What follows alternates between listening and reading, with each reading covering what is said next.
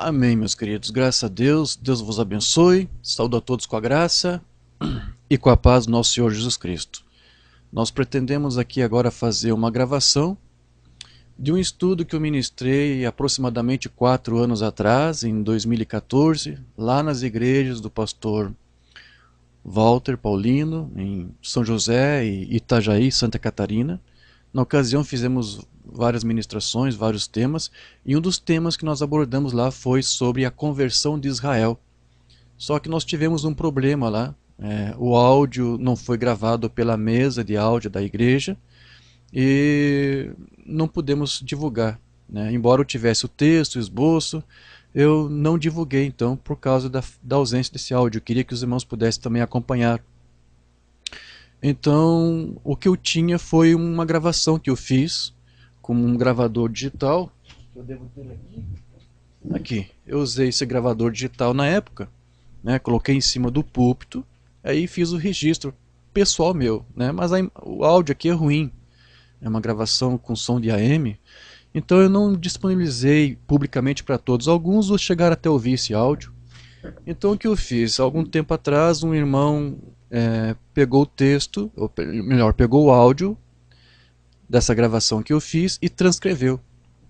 Então nesses últimos dias eu resolvi editar tanto o esboço que eu tinha quanto essa transcrição que foi feita literalmente dessa gravação, e resolvi unir as duas informações, porque eu aqui estava no esboço, às vezes eu não comentava tudo, e alguma coisa que eu comentava não estava no esboço. Então, para tornar o texto mais completo, eu quero editar tudo e colocar depois, disponibilizar para os irmãos. Eu na época disse que achei interessante tratar sobre esse tema, que era um desafio para mim, tendo em vista que eu tenho visto essa carência entre os tabernáculos, entre os ministros da mensagem. Você não ouve eles falarem sobre Israel. E é um tema que você tem que tratar, porque se falamos da mensagem, se falamos da Bíblia, temos que falar também disso. E se nós pregamos a doutrina da mensagem, temos que abordar tudo que a mensagem trata. E o irmão Branham também tratou sobre Israel, falou sobre o povo judeu, né? Há algumas teorias que as igrejas ditas cristãs e evangélicas defendem, e nós temos que expor aqui para você saber, será que o irmão Branham concorda com essas teorias que eles defendem? O que a mensagem tem a dizer? Que resposta que nós conseguimos da mensagem para essas teorias? O irmão Branham concordaria ou não? Por isso que é bom a gente expor esses temas, para nós tratar isso. Mas veja, há 4 anos atrás eu resolvi pregar isso devido a essa carência que eu encontrei. De lá para cá, meus queridos, infelizmente eu acho que o quadro não mudou. Eu ainda não vejo os ministros falando sobre Israel.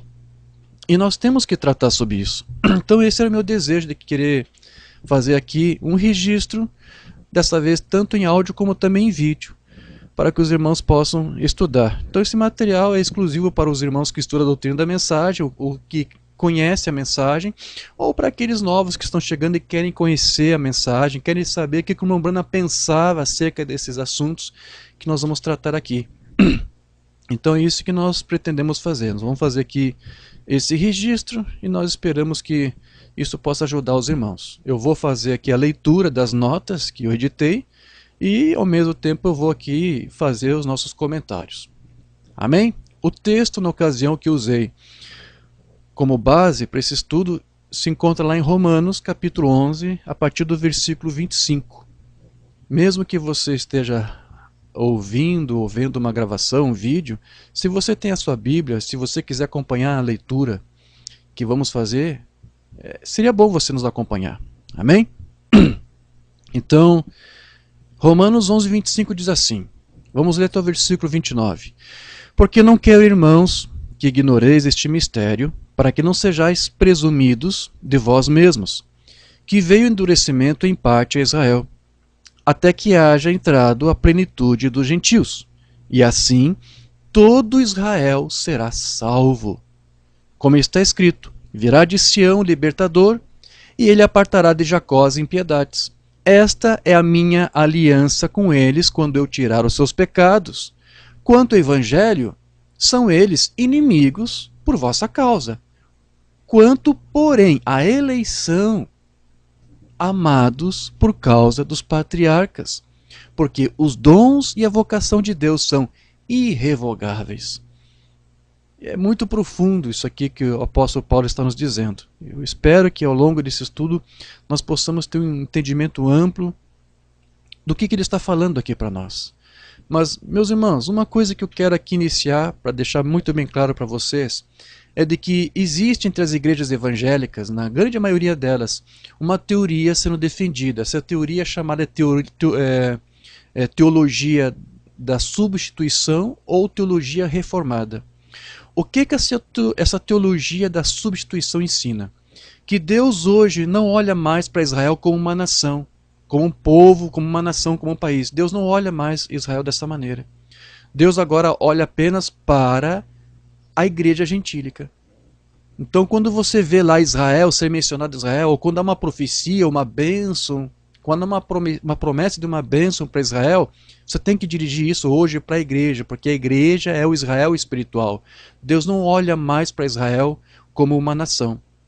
Deus não vê mais os judeus como um povo, como uma nação separada dos goíns, que é um termo hebraico, creio, para os gentios. Deus olha apenas agora para a igreja gentílica. Um judeu hoje, para ser salvo, ele tem que pertencer a uma igreja gentílica, senão não pode ser salvo. Não há salvação para um gentio fora de uma igreja gentílica, porque Deus não olha mais para Israel como uma nação. Deus olha agora apenas para a sua igreja. E como eu disse, essa teologia também faz você entender que toda e qualquer profecia ou promessa da Bíblia para Israel, quando você lê ali Israel, dizendo Israel, esqueça, não é para Israel, a nação lá dos judeus, não. É para mim, para você, para a igreja. Essa é uma teologia que tem sido defendida há muito tempo e principalmente pelos evangélicos. Mas só que essa teoria, meu querido, essa teologia, ela possui muitos problemas, porque ela não é bíblica. A princípio, para que essa teologia fosse bíblica, ela teria que estar de acordo com as Escrituras. Mas você vai encontrar na própria palavra de Deus, onde ele diz que ele nunca, jamais rejeitará Israel como uma nação. Nunca. Então, para que isso acontecesse, para que Deus rejeitasse hoje, ou não olhasse hoje para Israel como nação, como as igrejas estão dizendo, Deus, na verdade, teria que mudar sua própria palavra. E Deus teria que mudar muita coisa. Para que isso acontecesse, Deus teria que mudar suas leis, Deus teria que mudar a sua própria palavra. Deixa eu ler para você o que Deus disse lá no livro de Jeremias. Deus através do seu profeta Jeremias. Jeremias 31, verso 35 a 36. Aqui diz assim: assim diz o Senhor, é Deus aqui falando, que dá o sol para a luz do dia e as leis fixas e as estrelas para a luz da noite, que agita o mar e faz bramir as suas ondas. Senhor dos exércitos é o seu nome.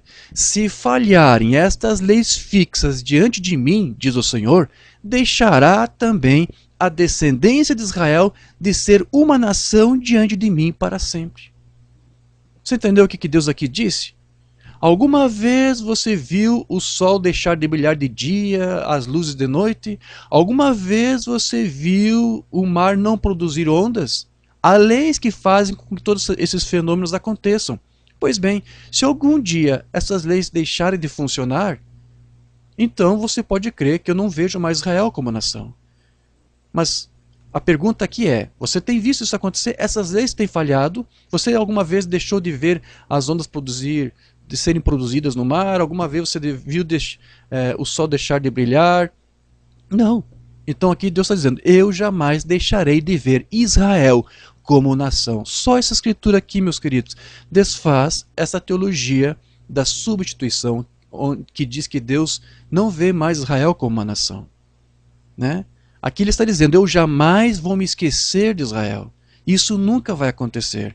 Enquanto essas leis que eu criei existirem, Israel existirá diante de mim, sim, como uma nação. A descendência de Israel existirá.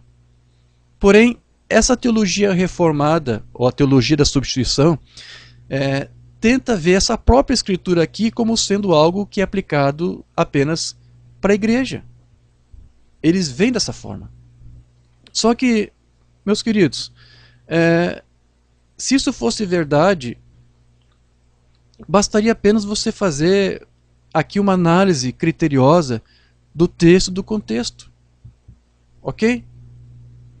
Porque essa teologia aqui, ela está alegando para você que essa bênção então seria o quê? Para Israel? Não, para a igreja. Não é isso? Ela diz que todas as bênçãos são para a igreja gentílica.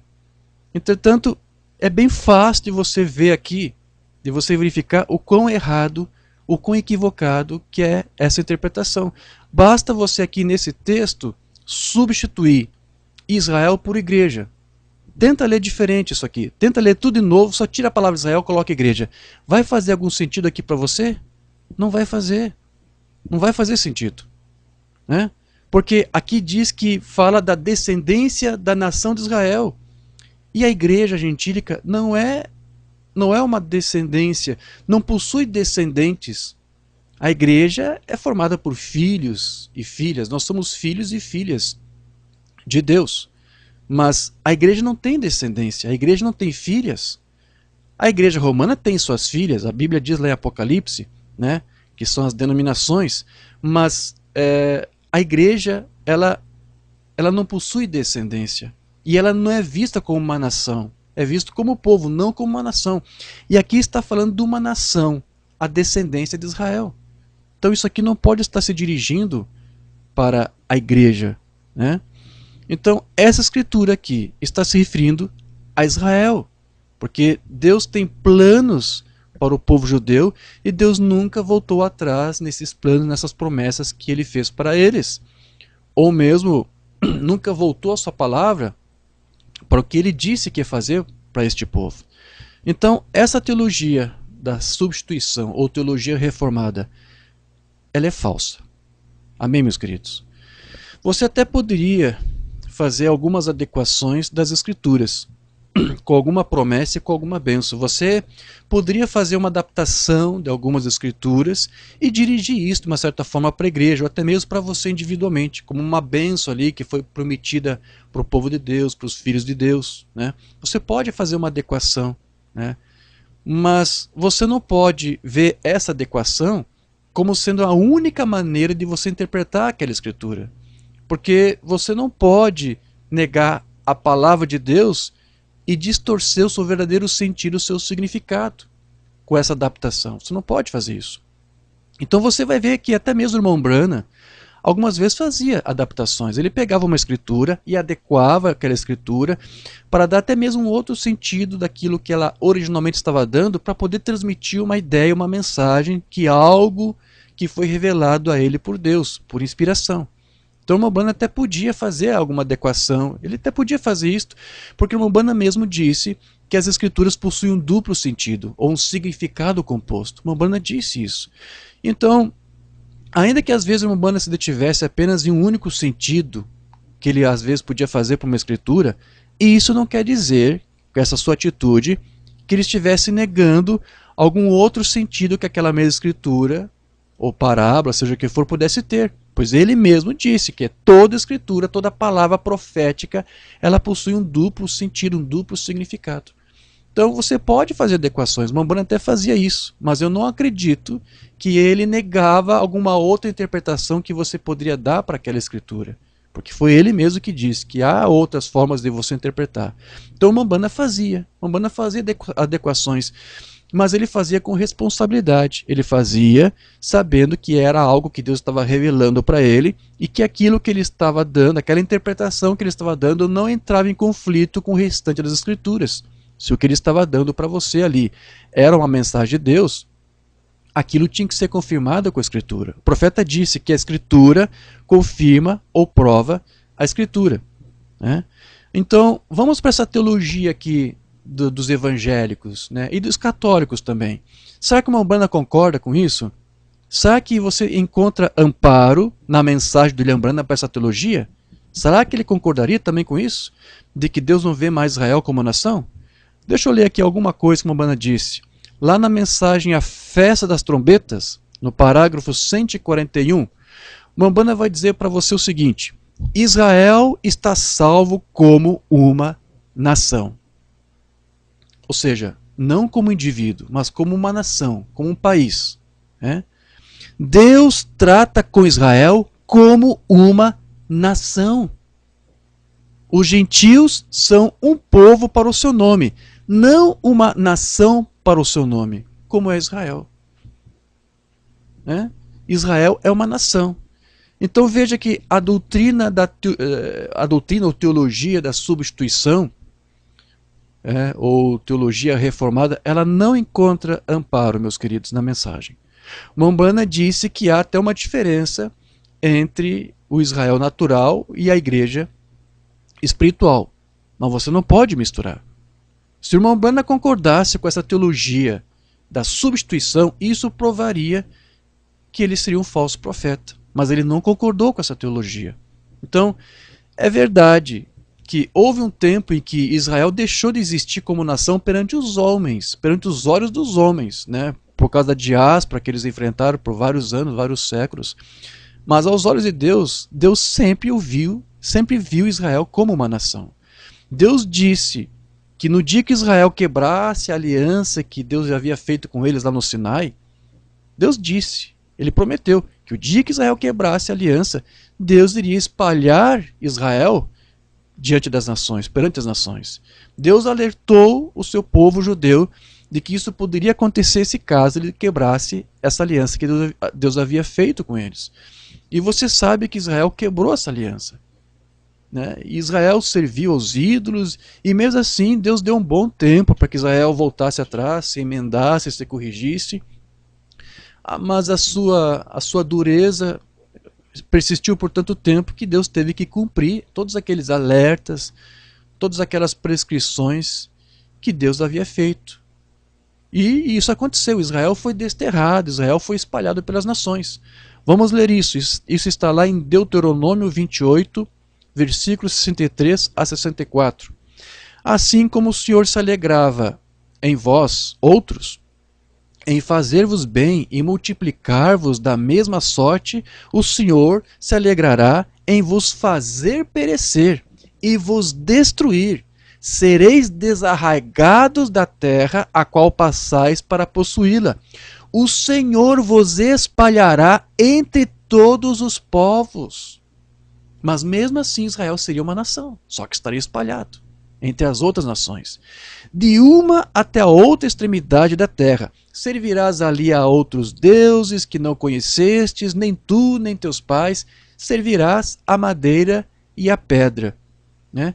E veja, queridos, tudo isso aconteceu, porque Israel quebrou aquela aliança que Deus havia feito no Sinai com eles. Na Europa, eu creio que foi ali na Espanha, Portugal, havia alguns judeus convertidos ao cristianismo. Na verdade, não, cristianismo não, ao catolicismo, para ser mais preciso. Eles eram chamados de judeus marranos. Eles foram forçados a conversão, a se curvar diante dos ídolos lá de madeira de Roma, para eles não serem queimados na fogueira da Inquisição. Né? Então, a escritura aqui se cumpriu. Vocês vão ter que servir a outros ídolos de madeira, de pedra. Os judeus tiveram que fazer tudo isso. Né? E então, em virtude disso, as escrituras já previam de antemão que as nações alimentariam um grande ódio pelo povo judeu, quando eles estivessem espalhados entre as nações gentílicas. É o que se chama de antissemitismo. Esse sentimento antissemita que você vê aí, né, isso foi profetizado também. Esse ódio que as nações teriam pelos judeus. Você quer ver isso? Deuteronômio 28, 38. Eu vou ler na tradução que está na NVI. Vocês serão motivo de horror e objeto de zombaria e de riso para todas as nações para onde o Senhor os levar. Então, esse ódio aqui, esta zombaria, para nós aqui é um retrato, é um quadro daquele ódio que você até hoje tem visto aí sendo manifestado e que foi muito bem conhecido, foi muito bem registrado, testemunhado na Segunda Grande Guerra Mundial, né, que é o antissemitismo. Esse ódio, esse pavor, essa abominação que alguns têm por Israel, é disso tudo que essa passagem aqui de Deuteronômio está tratando. Então você vai ver que ao longo das eras, ao longo dos séculos, inúmeros povos se apoderaram de Jerusalém, da Cidade Santa. A Cidade Santa ela foi disputada por todos os grandes povos da história. Né? Vou ler aqui para você a lista que eu fiz. Você vai ver, começando pela Bíblia, aquela ocasião em que houve o cativeiro egípcio, Babilônia se apossou da cidade santa. Depois da Babilônia foi a vez de quem? Dos Medo-Persas, se você está lembrado disso. Depois dos Medo-Persas, quem foi? Os gregos, Alexandre o Grande, lá em 300 a.C. E depois de Alexandre, quem foi? Quem foi que se apoderou da cidade santa? Foi a vez dos egípcios. Depois dos egípcios, foi a vez dos assírios. Depois dos assírios, então, vieram os romanos. Depois, com os romanos, depois de Roma, foi a vez dos islâmicos, os árabes. E eles só foram dispostos depois pelas cruzadas, né? Foi a vez dos europeus ali tomarem conta da cidade santa. Depois das cruzadas, foi a vez dos mamelucos islâmicos do Egito. E depois desses mamelucos islâmicos do Egito, foi a vez dos turcos otomanos. E só estes últimos governaram sobre Jerusalém por mais de 400 anos. E durante todo esse tempo, né, Israel, ou melhor, o povo de Israel, os judeus, eles ali viveram e sofreram. Então, Israel sempre foi disputado. Então veja que Israel seria perseguido e seria detestado pelas nações, e tudo isso estava previsto de acordo com a palavra de Deus. Deus disse que isso ia acontecer. Vamos para uma outra escritura aqui agora, Jeremias 29, verso 18.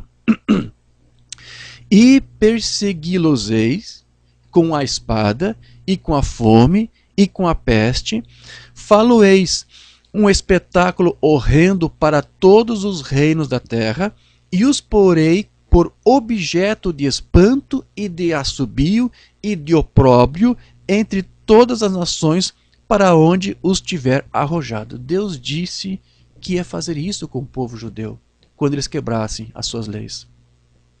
Agora, veja que interessante.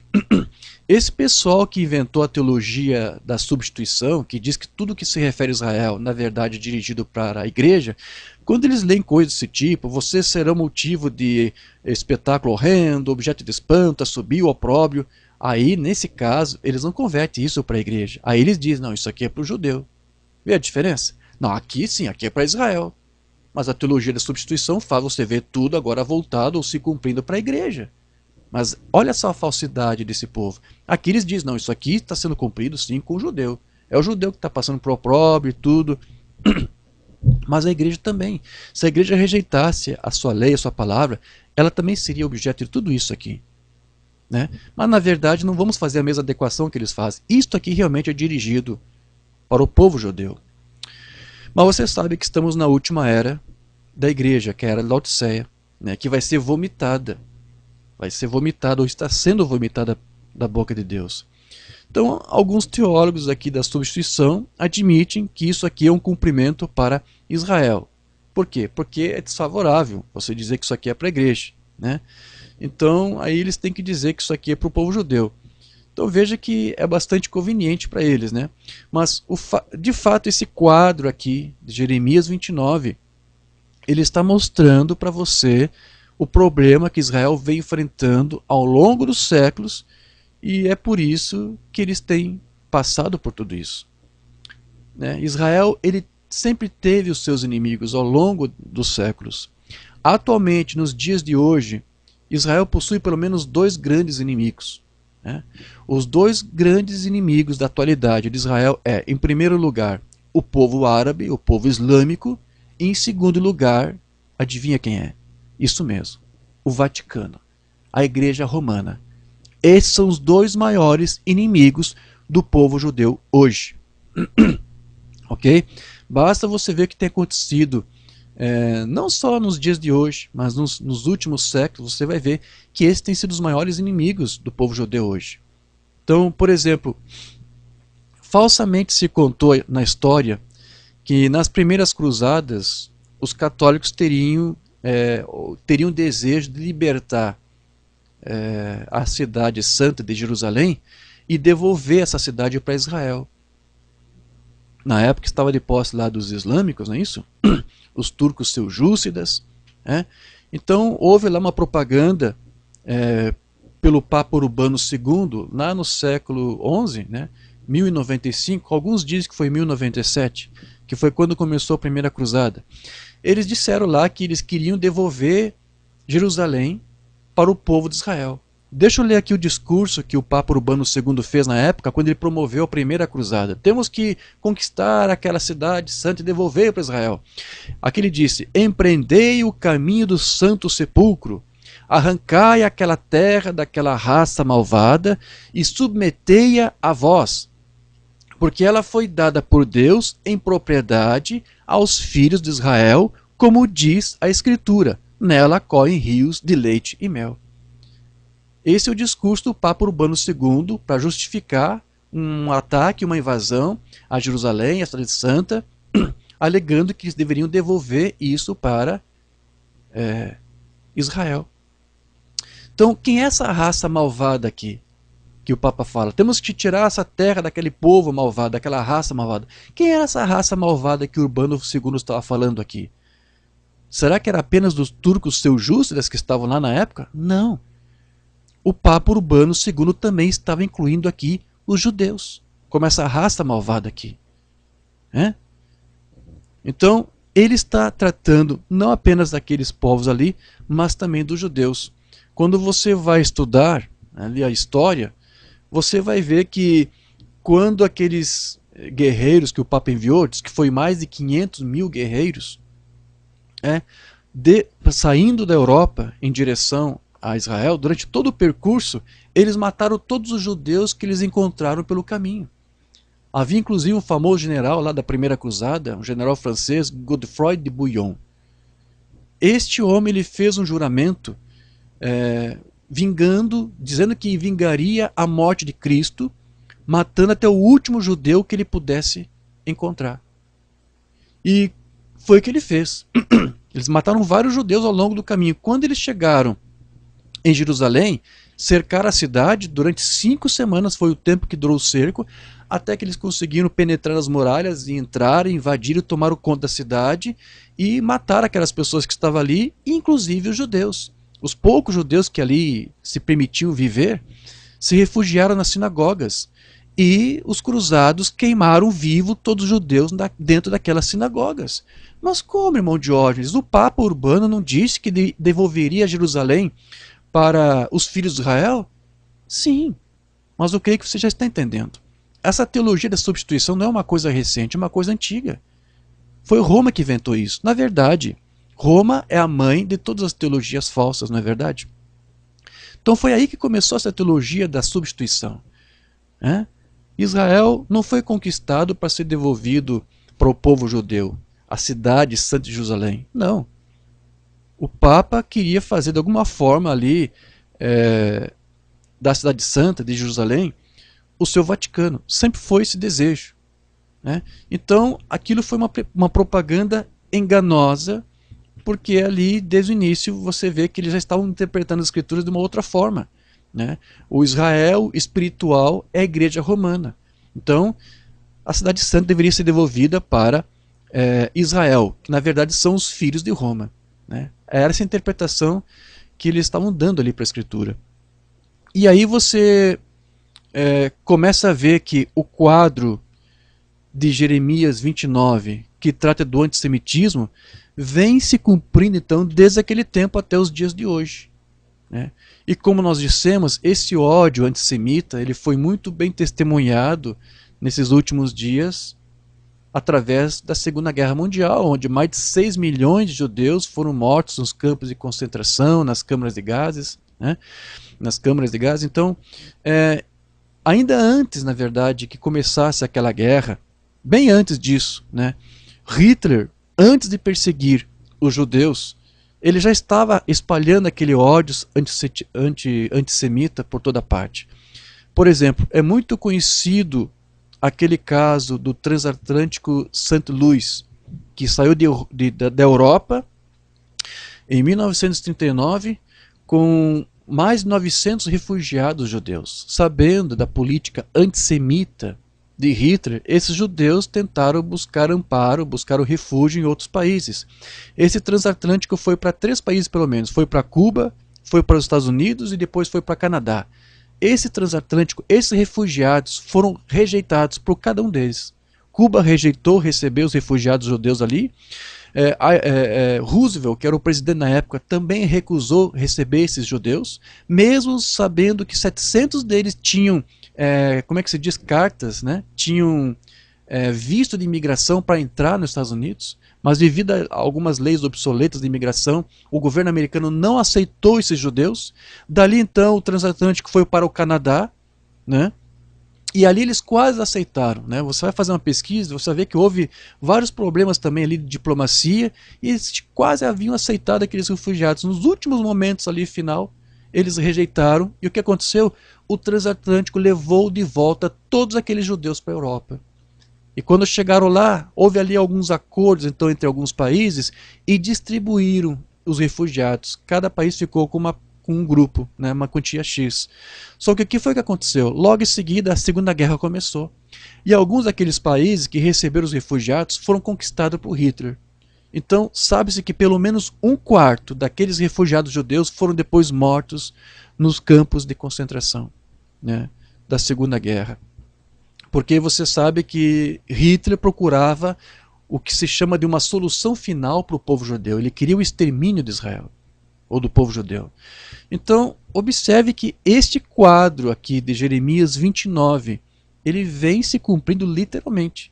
Porém, mesmo com toda essa perseguição, o holocausto da Segunda Guerra e o opróbrio que estava profetizado, havia ainda assim uma promessa bíblica de que algum dia Israel voltaria para a sua terra. Eles voltariam a viver ali. Por que isso? Porque Deus nunca deixou de ver Israel como uma nação. Nunca. Olha só a promessa que Deus fez para Israel, lá em Jeremias 3,18. Naqueles dias, a casa de Judá irá à casa de Israel. Juntos virão do país do norte para a terra que dei como herança a vossos pais. Vamos lá, será que você conseguiria converter isso aqui para a igreja? Dá para trocar aqui Israel por igreja? Faria sentido você substituir aqui Israel por igreja? Não faria sentido nenhum, meu querido. Essa teologia da substituição aqui é falsa. Isso aqui é uma promessa para o povo de Israel, para Israel como nação. Veja o que diz mais ainda lá em Jeremias 38, verso 8 a 10. Eis que os trarei da terra do norte e os congregareis da extremidade da terra. E entre eles também os cegos e aleijados, as mulheres grávidas e as de parto, em grande congregação. Voltarão para aqui, eu vou trazer vocês de volta para a terra de vocês. Virão com choro e com súplicas os levarei, guiá-los-ei aos ribeiros de águas, por caminho reto em que não tropeçarão, porque sou pai para Israel. Efraim é o meu primogênito. Ouvi a palavra do Senhor, ó nações, e anunciai nas terras longínquas do mar, e dizei, aquele que espalhou Israel. Não está falando da igreja. Por favor, a igreja não foi espalhada aqui, como diz. Não. Aquele que espalhou a Israel, né? O congregará e o guardará como o pastor ao seu rebanho. Então Deus provou que era o bom pastor de Israel, né? Na resolução de número 181 da ONU, do dia 29 de novembro de 47, foi decretado que deveria ser criado o Estado de Israel.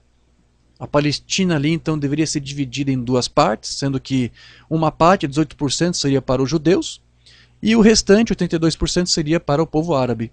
Então, a divisão aconteceu no dia 14 de maio de 48, que é quando Israel comemora a sua independência, e ali foi instituído o Estado de Israel. Então, as escrituras que nós lemos aqui de Jeremias 3, Jeremias 31, elas todas se cumpriram literalmente. A palavra de Deus, ela é fiel e ela é verdadeira. Foi tão verdadeira quanto disse que Israel seria espalhado quando quebrasse a aliança, como é verdadeira e que se mostrou ser verdadeira quando Israel voltou para a terra conforme Deus disse e prometeu que faria. Na noite do dia 14 de maio, quando os judeus decretaram a sua independência, 6 nações árabes invadiram Israel para tomá-la de volta. E Israel conseguiu expulsar todas as 6 nações. Mas veja, Israel não tinha nenhum exército na época. Foi através de colonos, fazendeiros, homens simples, humildes.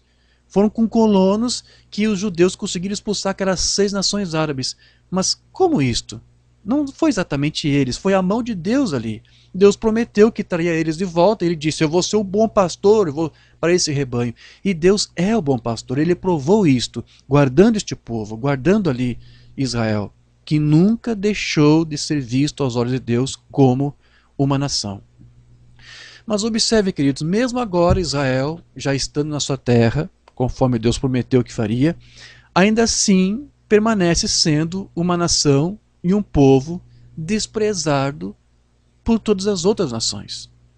E essa doutrina da substituição, que vê a igreja gentílica como o Israel espiritual de Deus hoje, é na verdade também uma forma sutil de demonstrar um tal sentimento de desprezo, que se faz presente até mesmo entre as igrejas cristãs. Há um desprezo pelas igrejas cristãs por Israel.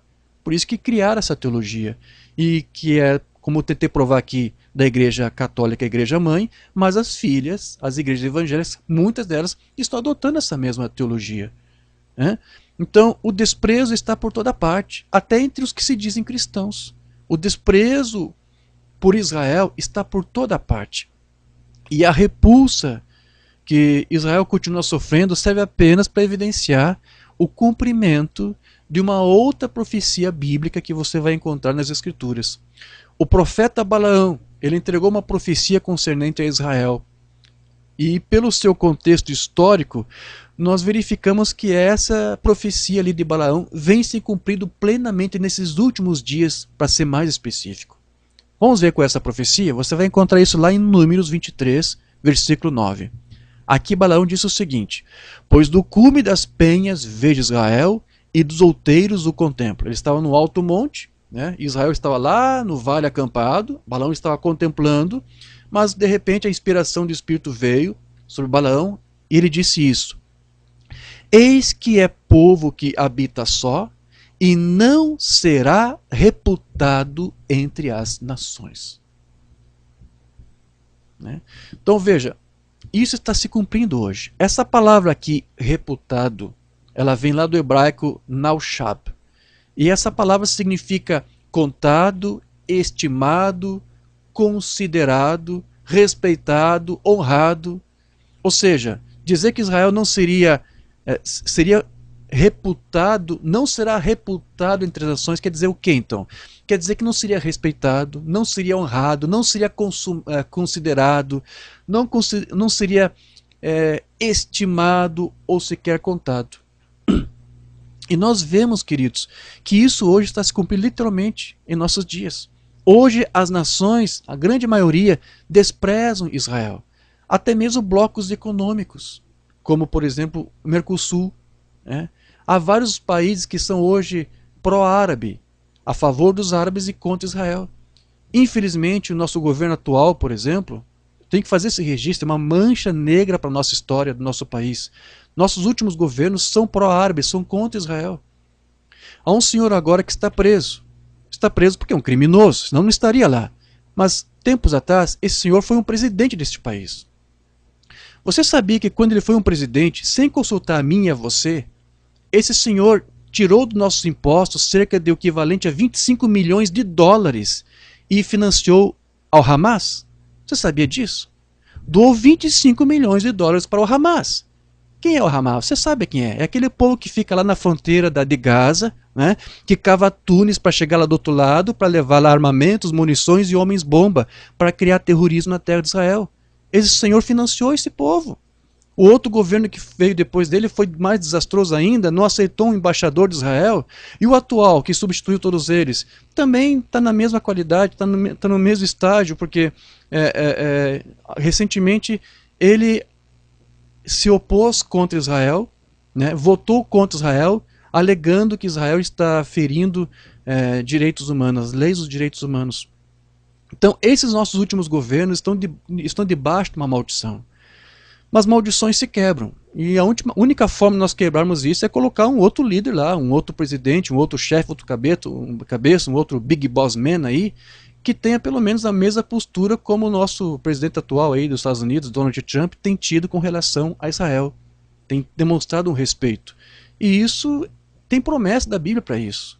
né? Abençoarei aqueles que te amaldiçoarem e amaldiçoarei aqueles que te amaldiçoarem. Todos aqueles que têm amaldiçoado Israel têm sido amaldiçoados. Nossos governos têm sido amaldiçoados porque têm amaldiçoado Israel. Se você abençoar Israel, você vai ser abençoado, né? E a única forma de quebrar essa maldição que está sobre o nosso país por causa dessas lideranças é colocar lá alguém que tenha respeito, que tenha mais consideração a este povo, né? Que Deus nunca desconsiderou, nunca deixou de ver como nação. Mas isso é um registro aqui que eu estou fazendo. Todas as nações hoje, a maioria delas, são contra Israel. A maioria. Por que isso? Porque isso é uma profecia. Israel não seria reputado, não seria considerado entre as nações, né? As Nações Unidas é um órgão que conta as nações. E ela é formada por mais de 190 países. E praticamente todas as nações podem se assentar rotativamente, por exemplo, no Conselho de Segurança da ONU.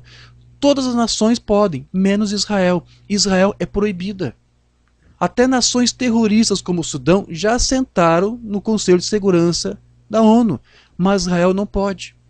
Todas as nações podem participar da Cruz Vermelha Internacional, todas, menos Israel, é proibida, né? Todas as nações podem.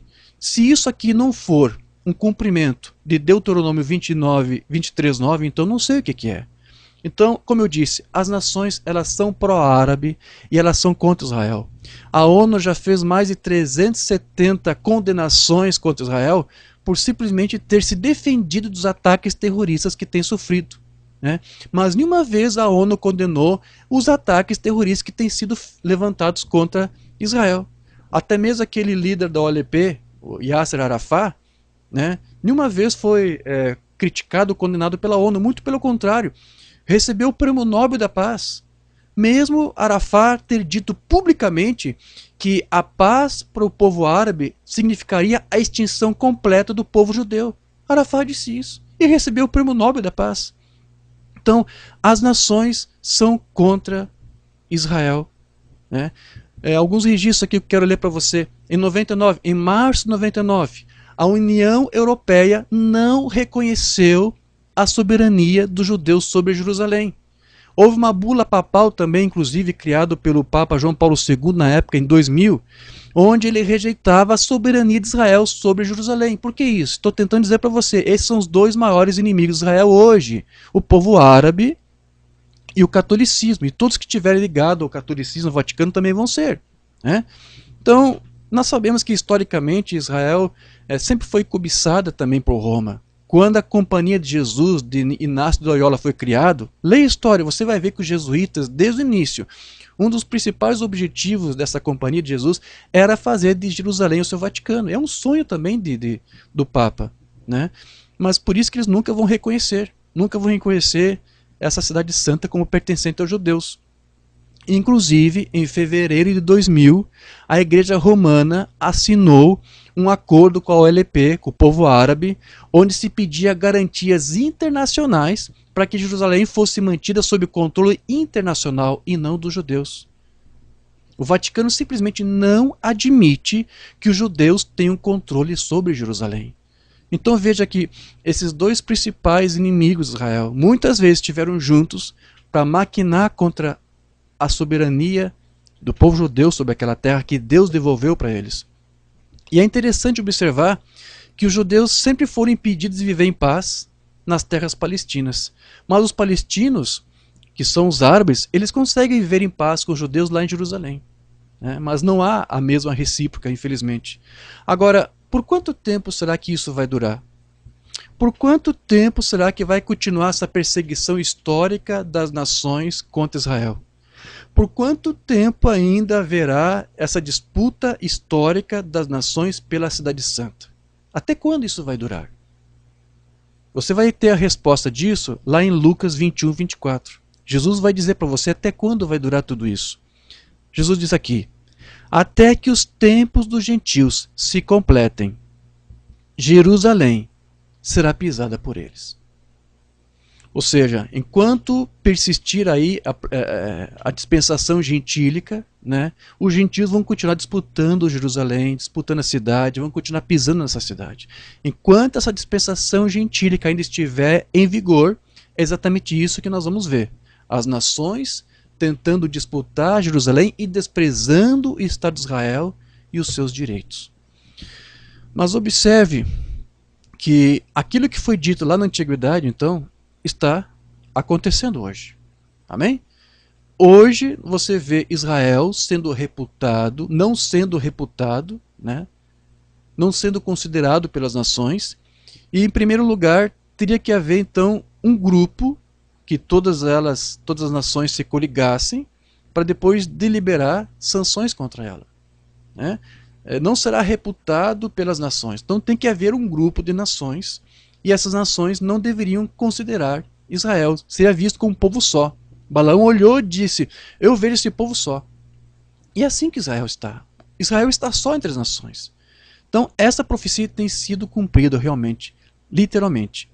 E você sabe que Deus mesmo disse que viu isso acontecer. Lá em Isaías 46, 9 a 10 diz assim, lembrai-vos das coisas passadas da antiguidade, que eu sou Deus e não há outro. Eu sou Deus e não há outro semelhante a mim, que desde o princípio anuncio o que há de acontecer, e desde a antiguidade as coisas que ainda não sucederam, que digo, o meu conselho permanecerá de pé, farei toda a minha vontade. Né? Lá nos tempos antigos foi profetizado uma coisa que agora em nossos dias estamos vendo. Deus disse, eu tenho visto, mas aquilo que eu prometi, aquilo que eu disse que ia fazer, eu cumprirei, a minha vontade será estabelecida. Então veja, Israel rejeitou a visitação de Deus nos seus dias, né, quando ele esteve encarnado no seu Filho Jesus Cristo. E por causa disso, por causa dessa rejeição, eles foram então espalhados entre as nações. E agora, todo esse tempo em que Israel deveria ser desprezado pelas nações, o que exatamente deveria acontecer com esse povo espiritualmente falando?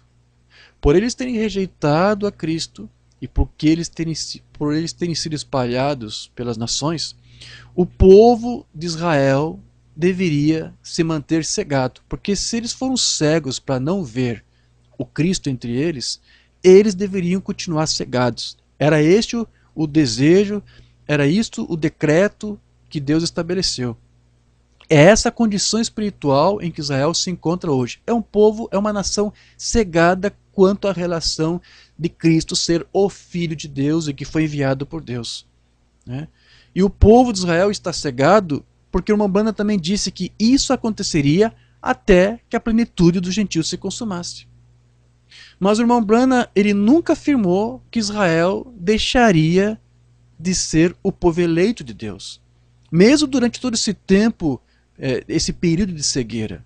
Então, embora os judeus fossem por um longo tempo cegados, eles não seriam esquecidos da mente de Deus. Amém? Veja o que o irmão Branham disse na sua mensagem Perguntas e Respostas sobre Hebreus, número 1. Porque quando o profeta viu Israel neste dia que estava chegando, ele disse, bem será Israel quando o sábado for tirado, e eles vendem no sábado do mesmo modo como em qualquer outro dia, e todas as outras coisas. E ele disse, bem, tu alguma vez será Israel completamente esquecido? Ele disse, qual a distância até os céus? Qual a profundidade da terra? Meça com aquela vara que está diante de você. Ele disse, eu não posso. Ele disse, tampouco posso eu me esquecer de Israel. Certamente que não. Israel nunca será esquecido. Veja, o Umbanda não ensinava que Deus deixava de ver Israel como nação. O Umbanda aqui está dizendo para você, Deus jamais se esqueceu de Israel como nação. Deus jamais deixaria de ver esse povo como uma nação. Deus sempre viu e sempre verá Israel dessa maneira. Deus tem planos eternos para Israel. O profeta continua dizendo mais, se eu tivesse tempo para estudar, então eu poderia pegar rapidamente na escritura, eu poderia citá-las para você, veja, as que vêm à minha mente. Paulo falando aqui, disse para que nós gentios ficássemos atentos à maneira como andássemos e o que fizéssemos, vê, porque se Deus não poupou o primeiro galho, veja, e nós apenas sendo enxertados, e que Israel estava cego para a estação. Ele disse, apenas por um período Israel foi cegado, é só por um tempo. Isso mesmo. Mas o véu será levantado dos seus olhos. Algum dia isso vai acontecer. E isto acontecerá quando? Quando o último gentio nascer no reino de Deus. E então o véu será levantado dos olhos de Israel. Quando o último gentio entrar, terminará a plenitude dos gentios, os gentios não pisarão mais na terra, porque Deus vai voltar-se outra vez para Israel. Quando isso? Quando o último gentio entrar. Então, meus queridos, se você vê algum ministro falso, dentro da mensagem mesmo, dizendo que o último gentio já entrou, é só você ver, averiguar se isso está acontecendo. Será que o véu de Israel já foi tirado? Será que eles já estão enxergando? Será que já houve uma conversão nacional do povo judeu? Porque as escrituras tratam sobre isso. Nós estamos estudando para chegar neste ponto. As escrituras falam que haverá uma conversão nacional de Israel, como uma nação. Isso já aconteceu? É o que vai acontecer quando o véu será removido. Você vê os judeus lá em Israel reclamando Cristo como Messias, Jesus, Cristo como Messias. Isso não aconteceu. O véu ainda está sobre eles. Eles ainda estão cegados. Por quê? Porque, por conclusão, o último gentio ainda não entrou. Então, alguns estão dizendo, o último gentio já entrou. Esqueça. Ok? Basta você ficar com o que o Mambanda aqui diz. Depois ele diz mais. E eles dirão, este é o Messias, quando houver a conversão, quando o véu for removido dos olhos de Israel como nação. Né? Este é o Messias o qual esperávamos ver. Então, Israel fará isso quando houver essa conversão deles. Isso mesmo, mas a porta do gentio é fechada. Quando Deus se voltar para Israel, ele vai virar as costas para os gentios. Acabou a dispensação gentílica. Não haverá mais. Não restará mais graça para o povo gentil, para o gentil naquele tempo. Então veja, o Mombrana ele fala que um dos mistérios de Deus trata justamente sobre essa cegueira de Israel. Aliás, este é um dos mistérios que ele disse que pertence à Bíblia, um dos mistérios da Bíblia, o qual Mombrana até numerou como o segundo mistério mais relevante. Você vai encontrar isso na mensagem Senhores, é este o tempo. Parece que ele está citando aqui as notas da Bíblia de Scofield. Mombrana diz aqui, os maiores mistérios e os grandes mistérios são, número 1, o mistério do reino dos céus. Esse é aquele sobre o qual estamos falando agora, Mateus 13, versos 3 a 15. E número 2, segundo mistério. O segundo mistério é o mistério da cegueira de Israel durante a presente era, com contexto em Romanos 11, 25, que é o texto que nós lemos no início desse estudo. Então entenda que é por isso que eu tenho que dizer para os irmãos que nós temos que tratar um pouco desse assunto. Né? Nós temos que falar um pouco disso, porque isso faz parte de um dos mistérios da Bíblia. E a mensagem envolve toda a Bíblia. E o Mombrana tratou sobre isso, tratou sobre esses mistérios. Então, ainda que tenha havido um descaso até pelos nossos ministros da mensagem, que não tratam disso, o tema Israel está totalmente fora dos seus púlpitos. Nós temos que tratar, nós temos que falar sobre isso. Então, antes que Jerusalém seja pisada pela última vez pelos judeus, pelo povo gentil, pelas nações gentias, antes que isso aconteça pela última vez, antes que isso se complete, Deus ele vai preparar um profeta para anunciar a mensagem de Deus para este povo judeu. Será um profeta judeu para um povo judeu, para a nação de Israel. Deus vai levantar, na verdade, o Moisés e o Elias, como você vê lá em Apocalipse 11, creio que está lá. Né? Mas veja, antes disso, antes de Deus dirigir esses profetas para Israel, para o povo judeu, Deus enviou para nós gentios um profeta também. E era um profeta gentil. Né? Foi um profeta gentil e nós cremos que o irmão Brana, ele foi um profeta de Deus enviado para nós. Foi um profeta vindicado.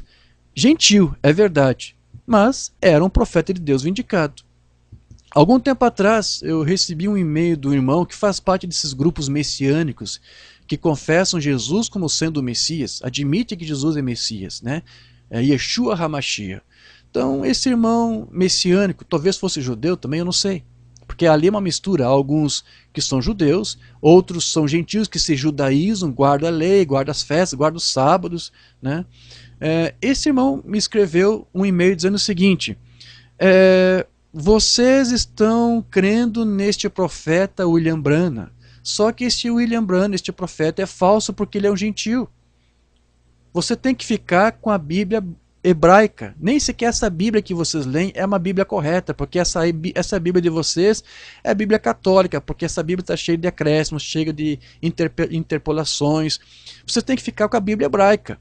E você vai ver que Deus nunca escolheu gentios para serem seus profetas. Todos os profetas de Deus são judeus. Todos os profetas de Deus vieram de Israel. Então eu quero crer que esse irmãozinho que falou isso, ele tinha um profeta, na verdade ele até me deu alguns links nos vídeos, eu vi qual era o profeta deles, era um profeta judeu, realmente. Então ele tem essa tese, todos os profetas de Deus são apenas judeus. Deus nunca escolheu um gentio para ser seu profeta. Quando esse irmãozinho messiânico me escreveu, imediatamente eu mandei uma resposta de volta. Eu disse, meu querido, se você crê realmente que Deus nunca usou gentios para ser seus profetas, então você vai ter que pegar essa tua Bíblia hebraica que você gosta tanto, rasgá-la e pô-la no lixo. Porque lá na tua Bíblia hebraica diz que Deus escolheu Noé para ser um profeta seu. Agora, prove para mim que Noé era judeu. Prove para mim que Abraão era um judeu. Deus pegou Noé e Abraão, quando eram incircuncisos, gentios, e fez deles, mesmo sendo gentios incircuncisos, fez deles seus profetas. Eu lembro que eu não citei Enoque, mas eu também poderia ter citado. Enoque foi um profeta de Deus também. E Deus até o levou para que ele não visse a morte. Ele foi um profeta, era um gentio, não era judeu. Dali pouco menos de 30 minutos, no máximo 30 minutos, esse irmãozinho messiânico me escreveu de volta, já mudando um pouco o discurso. Lógico, eu desfiz toda a base principal da teologia dele. Ele escreveu assim, irmão, realmente, eu vou ter que admitir que realmente Deus usou gentios para serem seus profetas. Mas mesmo assim, esse profeta gentil, William Branham, que vocês creem, é falso porque não ficou com toda a palavra. Ou seja, não adiantou nada. Para mim, quando eu li aquilo ali, aquela resposta, o que eu estava vendo ali foi um quadro que se pintou ali na minha frente. É como se ele estivesse dizendo para mim, olha, irmão Jorge, eu vou ter que reconhecer que os meus fundamentos não eram tão firmes, não eram tão sólidos como eu pensava que eram. Você me provou que os meus fundamentos são areia movediça, e eu estou me afundando neles, mas sabe, deixa assim, irmão Jorge, não me estenda a mão para me ajudar a me tirar desse lamaçal. Tá bom assim, estou gostando assim, quero continuar assim. Esse quadro foi que foi pintado para mim quando esse irmãozinho messiânico me disse isso. E é interessante que você não vê apenas entre esses irmãos, esses ismos, nas denominações, até dentro da mensagem eu tenho visto isso, queridos. Quando você, por exemplo, quer ajudar os irmãos da mensagem que estão pregando o unicismo e tentando convencer para eles que essa não é a mensagem do William Branham, quando você está tentando estender a mão para ajudá-los, eu vejo alguma coisa muito parecida vindo deles também. Olha, não estique a mão, não me ajude, porque eu aprendi assim, está certo assim, eu quero viver assim, eu vou ser sempre assim. Dentro da mensagem encontramos isso. Parece até que eles estão cantando aquela musiquinha lá da Gabriela, da antiga novela da televisão que tinha aí. Lembra? A geração mais antiga deve lembrar. Os de recente não vão saber. Tinha uma novela lá com uma música tema chamada Gabriela. E parece que alguns crentes estão cantando. Dentro da mensagem, estão cantando aquela musiquinha Gabriela. Porque são crentes Gabriela. Não é isso? Eu nasci assim, vou ser sempre assim, vou morrer assim, vou pro inferno assim, Gabriela. Alguns estão sendo assim, estão agindo como se fosse isso. Aprenderam tudo errado e estão dizendo, olha, aprendemos errado, estamos gostando e vamos continuar errado e vamos terminar assim. Então, esse tipo de ismo que tem sido disseminado nos últimos dias, eu tenho observado que ele tem aumentado, ele tem crescido. Esses irmãos messiânicos, inclusive, eles hoje não leem sequer os nomes da Bíblia como estão ali, eles dão os nomes do hebraico, eles não pronunciam mais os personagens da Bíblia como a gente lê na Bíblia, eles pronunciam tudo hebraico, porque agora tem que ser tudo hebraico. Você tem que ler tudo hebraico porque é essa a forma correta de você falar. Até na verdade, eles dizem que o nome correto que você tem que pronunciar de Jesus teria que ser conforme o hebraico. Nós devemos ficar somente com o hebraico porque eles dizem que o hebraico é o original. E tem havido isso hoje, uma grande fome pelo original. E alguns desses ismos têm dito que você tem até que fazer exatamente isso. Então, alguns judeus messiânicos, eles dizem que não consideram William Branham como um profeta, porque não era judeu, era gentil. Mas vamos lá, quando Deus enviar aquele profeta judeu para Israel, aquele Elias será um profeta judeu para o povo judeu. Mas a mensagem que aquele Elias dos judeus vai pregar para os judeus vai ser a mesma mensagem que o William Branham pregou. William Branham disse que aquele Elias não vai pregar a lei, ele vai pregar a Cristo. Vai pregar Cristo. E a mensagem que o nosso Elias pregou para nós, o Elias para os gentios, é essa mensagem. Ele pregou Cristo para nós, que é o Elias, que é aquele que vai pregar. Aquele Elias judeu vai pregar para os judeus. Se eles rejeitam a mensagem do Elias gentil, eles também vão rejeitar a mensagem do Elias judeus para o povo judeu. Eles vão ter que rejeitar. A mensagem que o Elias dos gentios pegou para nós será a mesma mensagem que o Elias dos judeus pregará para eles. E qual foi a mensagem? Retirai-vos dela, povo meu, saí do sistema, saí da denominação. Então veja, como eu disse, muitos ismos estão se levantando hoje. E alguns cristãos estão estudando aí as tradições judias, estão se judaizando, guardando os sábados, guardando as festas, e estão até dizendo aí que, como eu disse, o nome, a pronúncia correta de Jesus agora, a grande revelação do momento agora, é pronunciar o nome original de Jesus, que é Yeshua HaMashiach. Essa seria a pronúncia correta do nome, porque é o nome original de Jesus. Como eu disse uma vez para uma irmãzinha, uma irmã judia, né? É uma mestre aí, e até tinha um cargo na ONU, é cientista, e nós conversávamos muito, depois não tivemos mais contato. Ela tentou me fazer aceitar essa ideia. Nós temos agora a revelação de que você tem que falar Yeshua, porque esse é o nome original de Jesus. E eu disse para ela, minha irmã, o grande problema aqui não é você pronunciar o nome original. Você até pode fazer isso, não há nenhum problema quanto a isso, não vejo nenhum problema. Mas o problema não é você dizer o nome original. O problema é se você tem o mesmo espírito que estava em Yeshua HaMashiach em você. É isso a fazer a diferença. Porque o irmão Branham, quando ele expulsou demônios usando o nome Jesus, ou Jesus, né, na sua versão para o inglês. E os demônios obedeciam. Nada a ver com o idioma, da pronúncia do nome, mas por causa do espírito que estava atrás, né, da autoridade que estava ali, daquela unção que estava ali. É isso a fazer a diferença. Agora, dizer que você tem que pronunciar o nome original Yeshua, porque é o nome original, e essa é a grande revelação, porque Deus quer isso de você, isso é uma grande falácia, isso é uma grande mentira. Porque quando os evangelhos foram escritos, eles foram escritos em grego. Se isso realmente fosse uma revelação de que você deveria continuar mantendo a pronúncia original, então quando Marcos, Lucas, João, Atos, quando eles escreveram lá o nome Jesus para o grego, eles deveriam ter escrito lá Yeshua. E lá está numa versão para o idioma grego, que é Iesus. E nós pronunciamos Jesus porque é uma conversão para o nosso idioma. Essa irmãzinha judia disse, você é um adorador de Roma porque você está lendo ou pronunciando o nome latino de Jesus. Me desculpe, o nome Jesus não é uma versão latina, né? Iesus é uma versão grega. Os autores da Bíblia, do Novo Testamento, não eram católicos. Marcos, Lucas, João não eram católicos romanos. Não é uma conversão latina de Roma. Né? Se Deus quisesse que você pronunciasse Yeshua, porque diz é a revelação, então Yeshua já deveria estar nos evangelhos. Talvez estivesse no evangelho de Mateus, porque dizem que a primeira versão de Mateus foi para o hebraico. Ali poderia estar Yeshua. Mas depois fizeram uma versão para o grego, traduziram para o grego, a versão hebraica se perdeu, não existe mais cópia dela. E o que você tem ali? Iesus. Né? Se fosse uma coisa que Deus quisesse, então teria que ser assim. Mas como eu disse, demônios são expulsos em nome de Jesus e eles obedecem. Não por causa do nome, não por causa da pronúncia, mas por causa da autoridade, por causa do Espírito. Né? Então muitos ismos são criados com falsas revelações, com falsas teologias. Não é isso? E eu tenho observado que entre esse povo, principalmente esses judeus messiânicos, eu estou criando um parênteses aqui, estou cortando um pouco o sermão, já vamos voltar aqui para o nosso estudo. Esses judeus messiânicos que estão se levantando, eles sutilmente estão começando a ter pelos gentios o mesmo ódio que eles alegam que os gentios sentem por eles. Né? É uma coisa ainda que disfarçada.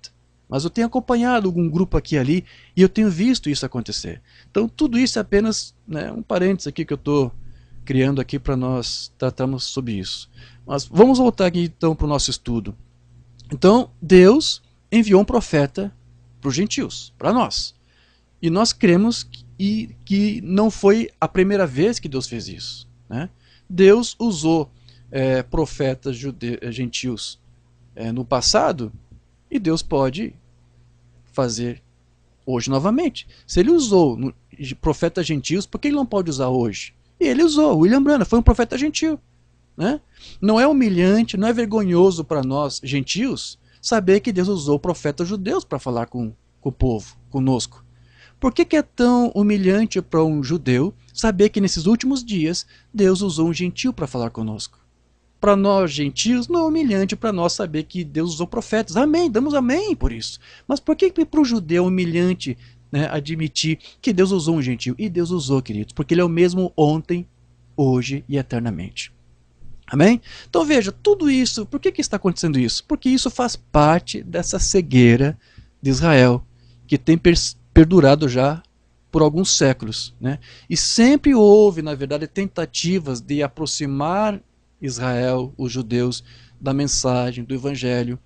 E alguns judeus, ao longo da história, sempre têm recebido Cristo como Messias, né? Jesus, o Nazareno, como Messias.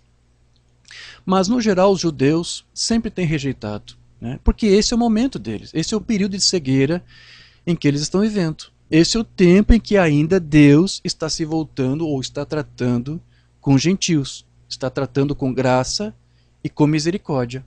Eu queria destacar aqui para você rapidamente a palavra de um estudioso chamado Davi Baron, que lá no finalzinho lá do século XIX, para o início do século XX, ele criou um ministério para tentar evangelizar os judeus, para convencê-los de que o Cristo, Jesus Nazareno, era o Messias que os judeus estão buscando. Esse ministério chamava-se Cristianismo Hebraico. Ele criou isso lá em Londres. Eu encontrei algumas palavras aqui desse Davi Baron com relação aos judeus quando recebi o evangelho, e eu quero ler para você porque, na verdade, isso aqui é tão atualizado, né? Serviu tanto para aqueles dias, apesar de ser um testemunho antigo, ele é recente para nós também. Então aqui ele diz o seguinte: tenho conhecido pessoalmente muitos homens amáveis e de caráter adorável entre os judeus, mas assim que o nome Jesus é mencionado, muda um semblante, como se tivesse um acesso de indignação, cerrando os punhos, rangendo os dentes e cuspindo no chão por causa da simples menção do nome. Você acha que lá no final do século XIX para cá isso mudou? Esse é o mesmo quadro. Israel está cegado. É essa postura que eles têm frente a Cristo, frente a nós cristãos, né? Somos tidos como idólatras, um monte de coisa, né? Existe então ainda uma discrepância muito grande, um antagonismo muito grande entre os judeus e os gentios ou os cristãos, né? Então Jesus, ele até anteviu essa rivalidade dos judeus contra os gentios cristãos e dessa intolerância que eles teriam para esse evangelho da graça que tem sido dado para nós, que foi estendido para nós os gentios. Jesus ele se antecipou a isso, queridos, contando para nós uma parábola, que foi a parábola do filho pródigo, né? Que aliás pouquíssimos têm conseguido assim extrair a verdadeira mensagem dessa parábola. E é por isso que eu quero aqui me ocupar por alguns minutos a partir de agora para nós tratarmos sobre isso. Amém? Até se você tem sua Bíblia e quiser ler e acompanhar comigo, abra sua Bíblia, vamos ler, vamos estudar isso aqui, palavra por palavra do que Jesus falou aqui nessa parábola. Lucas capítulo 15, você vai encontrar essa parábola lá, a partir do versículo 11 até o 32. Lucas 15, verso 11 a 32. Aqui diz assim: continuou, certo homem tinha 2 filhos. 2 filhos. É isso que você vê aqui nessa parábola. Então, eu disse que, alguns minutos atrás, que não há nenhum problema de você fazer adequações ou adaptações das escrituras, ou até mesmo a parábola, para você até dar um outro sentido, ainda que seja um pouco diferente daquilo que estava determinado, o alvo principal para ela. Você pode fazer uma adequação desde que você faça com responsabilidade, que não fira o restante do contexto bíblico. Não há nenhum problema de você fazer isso. E essa parábola do filho pródigo, ela tem sido muito usada, né, para fazer evangelismo. Né? Eles pegam essa escritura aqui e dizem, pega aquela figura do filho pródigo que se afastou, estava longe do pai, diz: você que estava longe, você que está afastado, você que está perdido em pecado, volte para o pai, como aquele pai que recebeu o filho pródigo com as mãos abertas, volte para Deus, ele te receberá de braços abertos. Muitos têm usado essa palavra para fazer isso, como se essa fosse a única mensagem. Não há nenhum problema de você usar essa palavra para isso. Você pode fazer. É bom, é bonito, tem seu valor, tem sua importância. Não estou anulando tudo isso. Mas na verdade, queridos, quando Jesus contou essa parábola, o alvo dele não é exatamente isso. Não era exatamente esse, de pregar para almas perdidas para se salvar. Não. Jesus aqui, quando ele contou esta parábola, ele estava tratando de algo que iria acontecer. Amém? Você tem que atentar aqui para o seu simbolismo nessa parábola. Então a parábola aqui começa, né? A parábola do filho pródigo que começa assim. Jesus disse: certo homem tinha 2 filhos. Nós temos que entender de imediato quem são esses 2 filhos. Quem são esses 2 filhos aqui? O filho mais velho aqui são os judeus. É Israel. O filho mais novo tipifica os filhos do reino. Tipifica, em especial, os gentios. O filho mais novo aqui, o filho pródigo, são os gentios.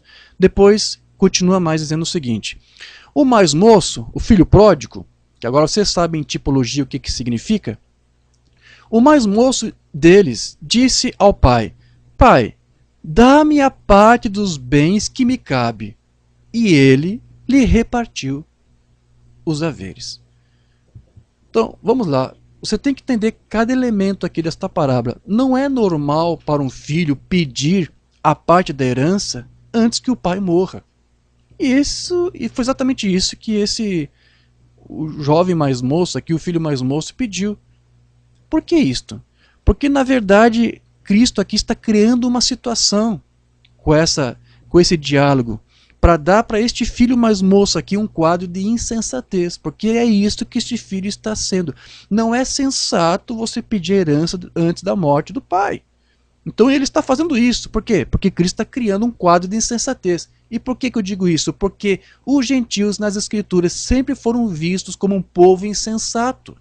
Então Cristo está criando esse quadro de insensatez com esse jovem, com esse pedido, para mostrar que este aqui é um quadro, é um tipo dos gentios, das nações, que sempre foi visto como um povo insensato. Então, ok, ele repartiu seus haveres. Depois diz aqui: passados não muitos dias, o filho mais moço, ajuntando tudo o que era seu, partiu para uma terra distante. Ou seja, ele foi para bem longe. Procure acompanhar esse simbolismo aqui. E lá dissipou todos os seus bens, vivendo dissolutamente. Depois de ver consumido tudo, sobreveio àquele país, ou seja, ele estava numa outra nação, ele estava num outro país, uma grande fome, e ele começou a passar necessidade. Então ele foi e se agregou a um dos cidadãos daquela cidade, e este o mandou para os seus campos a guardar porcos. Ok, vamos lá. Israel não consumia carne de porco, sequer criavam porcos. Então, este quadro que Jesus aqui está criando é para você entender que este moço está numa outra terra, onde os judeus ali não vivem. Porque os judeus não criam porcos, não consomem porcos, carne de porco. E ele fala que é um país, ele está num país onde lá há porcos. Então, Cristo cria esse quadro para você entender que este filho pródigo pertence às nações, porque ele está misturado ali entre as nações. Ok? Este quadro aqui está sendo criado para você. É um simbolismo para mostrar, está numa cidade distante, ou num lugar distante, um país distante, e lá tem porcos. Ele cria a situação para você entender. Isto é um quadro dos gentios. E ele está entre os gentios. Depois, nós continuamos aqui a leitura. Ali, desejava ele fartar-se das alfarrobas que os porcos comiam, mas ninguém lhe dava nada. Então, caindo em si, disse: quantos trabalhadores de meu pai têm pão com fartura, e eu aqui morro de fome? Levantar-me-ei, irei ter com meu pai, e lhe direi: pai, pequei contra o céu e diante de ti. Ou seja, este filho está começando a reconhecer a sua insensatez. já não sou digno de ser chamado teu filho, trata-me como um dos teus trabalhadores. E levantando-se foi para o seu pai. Vinha ele ainda longe, quando seu pai o avistou, e compadecido dele, correndo o abraçou e o beijou. E o filho disse, pai, pequei contra o céu e diante de ti, e já não sou digno de ser chamado teu filho. O pai, porém, disse aos seus servos, trazei depressa a melhor roupa e vestiu, pondo-lhe um anel de dedo. Em outras palavras, isso aqui é um símbolo de aliança, né? Uma aliança sendo afirmada aqui. Assim como Deus firmou uma aliança com nós, gentios, Deus, esse pai aqui está fazendo uma aliança com esse filho, né? E é uma aliança de quê? De graça e de misericórdia. Assim como este pai está tratando esse filho de volta com graça e misericórdia, sem impor condições para recebê-lo, assim Deus fez conosco, com nós, as nações, os gentios, né? E depois diz, e sandálias nos pés, trazei também e matais o novilho cevado, comamos e regozijemo-nos. Veja, para consolidar aquela reconciliação do pai com o filho, foi feito um sacrifício, sangue foi derramado. O que isso sugere a você? O que você entende com isso? Essa aliança que Deus fez conosco, nós gentios, foi baseada também em sangue derramado, o sangue do Cordeiro de Deus. É esse o simbolismo que está aqui. Por que isto? Porque este meu filho estava morto e reviveu, estava perdido e foi achado. Então, o que isso aqui tipifica para nós? Graça. Nós, gentios, fomos recebidos por Deus, pelo nosso Pai, por graça. Então, para sermos salvos, nós não tivemos que praticar as coisas que os judeus faziam, guardar a lei, guardar a circuncisão, sábados, festas. Nós não precisamos fazer nada disso, né? Para eles, os judeus serem salvos, para serem justificados, eles tinham que guardar todas essas obras, o sábado, a circuncisão, mas para nós não. Deus nos obrigou a alguma dessas coisas? Por acaso, em algum momento aqui, esse pai impôs condições para o filho? Olha, meu filho, eu vou te receber se você fizer isso, isso, isso, isso e aquilo. Esse pai impôs condições? Não impôs. Recebeu seu filho com graça e misericórdia. É isso que Deus tem feito conosco. Nos deu uma aliança incondicional. Não há condições. É por graça e é por misericórdia. Deus tratou esse pai, tratou esse filho com graça e com misericórdia. Assim como tem tratado também conosco. Não nos impôs nada. Vamos continuar aqui a leitura da parábola. E começaram a regozijar-se. Ora, o filho mais velho, e esse você já sabe quem é, tipifica o povo judeu, Israel. O filho mais velho estivera no campo, e quando voltava, ao aproximar-se da casa, ouviu a música e as danças. O que são esses símbolos? O que tipifica essa música, essas danças? É o tipo do avivamento pentecostal, é o tipo do avivamento que nós cristãos estamos tendo. Estamos em festa. A igreja gentílica está em festa, porque está recebendo durante todos esses anos as bênçãos de Deus, o selo do Espírito Santo, os frutos, os dons espirituais. Nós temos presenciado tudo isso. A igreja está em festa, está em dança, está em cânticos. E os judeus estão vendo o que Deus tem feito conosco, com nós gentios, e não está gostando disso. Não estão gostando do que estamos nos beneficiando com esse pacto, com essa aliança que o Pai também fez conosco. Aí continua a parábola. Chamou um dos criados e perguntou-lhe que era aquilo. E ele informou, veio o teu irmão. Veja, nós somos irmãos de Israel. Jesus está contando essa parábola para dizer que nós somos isto. Nós somos irmãos do povo judeu. Nós somos seus irmãos e todos os filhos de Deus, seja judeu em gentil, eles são filhos porque são atributos de Deus. Estiveram lá na mente de Deus antes da fundação do mundo, na forma de atributo. Nós somos genes de Deus. Então, nós somos filhos dele. Porém, eu quero aqui fazer também uma observação para você entender bem. Se você entendeu, no início eu disse que esse filho pródigo, ele tipifica os filhos do reino segundo a eleição da graça. E aí você pode incluir, além dos gentios, também os judeus. Porque ao longo dessa dispensação gentílica, muitos judeus estão se convertendo, estão sendo salvos. E você pode incluí-los também entre os gentios, esse filho pródigo aqui, essa figura do filho pródigo. Você também pode fazer isto.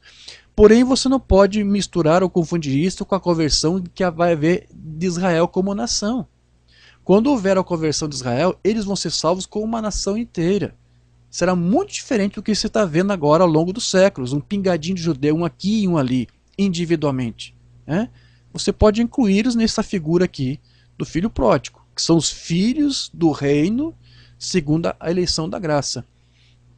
Mas esse irmão aqui mais velho fala de Israel. Então fala de uma conversão. Tem que haver uma conversão também deste filho, que tipifica aqui toda a nação de Israel. Ok? Vamos continuar aqui. Depois diz aqui mais. E teu pai mandou matar o novilho cevado, porque o recuperou com saúde. E ele se indignou e não queria entrar. Como é que é? Não, eu não aceito isso. E ele não entrou, não quis festejar. Né? O que é isto aqui? Por que este irmão mais velho aqui se indignou? Por quê? O que ele sentiu aqui? Ciúmes. Este irmão mais velho, este quadro que Jesus está criando aqui é um quadro de ciúmes. O filho mais velho está tendo ciúmes do filho mais novo. Mas por que isso? Porque ele viu o seu pai tratando com esse mais novo com graça, com misericórdia, sem impor condições, né? Não impôs regras, e este filho mais velho aqui não gostou nada disso. Os judeus não gostam do tratamento que Deus está tendo conosco, que somos seus irmãos mais jovens, né? Porque Deus não está impondo para nós guarda de sábado como impôs para eles, não impôs guarda de festas, nada disso, circuncisão, muito menos, né? Os judeus estão vendo disso e não estão gostando disso.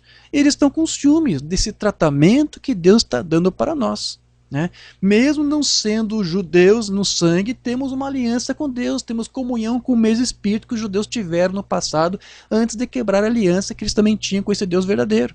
E agora Deus tem uma aliança conosco, com as nações, né? Deixa eu aqui esclarecer um pouco mais para você entender que é disso que Jesus aqui está tratando. Cristo está criando uma figura, um quadro de ciúmes dos judeus para com os gentios. Veja o que Paulo vai dizer nas suas epístolas para falar sobre esses ciúmes. Lá em Romanos 10, verso 19 a 21, diz assim: Pergunto mais, porventura não terá chegado isso ao conhecimento de Israel? Moisés já dizia, eu vos porei em ciúmes com um povo que não é nação. Isso está se cumprindo. Os judeus não aceitam o evangelho porque têm ciúmes de nós, gentios, que temos sido beneficiados por Deus. Né? As escrituras dizem que isso ia acontecer. Israel ficaria com ciúme com um povo que não é nação. Lembra do que nós lemos no início desse estudo?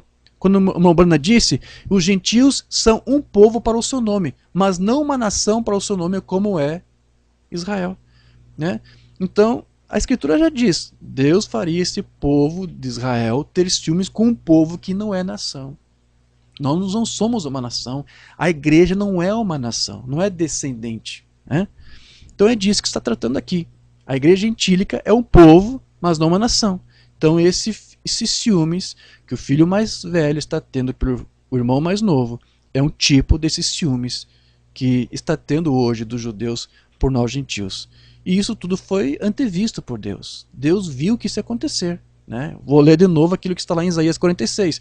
Desde o princípio anuncio o que há de acontecer, desde a antiguidade as coisas que ainda não sucederam. Veja, Moisés já falou dos ciúmes dos judeus por nós gentios. E Jesus contou uma parábola para contar a mesma coisa que Moisés contou.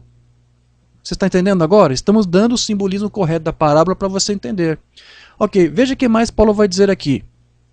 Eu vos porei em ciúmes com o povo que não é nação. Então esses são os gentios tendo ciúmes dos... Desculpe, esses são os judeus tendo ciúmes dos gentios. Com gente insensata eu vos provocarei a ira. Lembra quando expliquei para você por que Jesus criou aquela situação?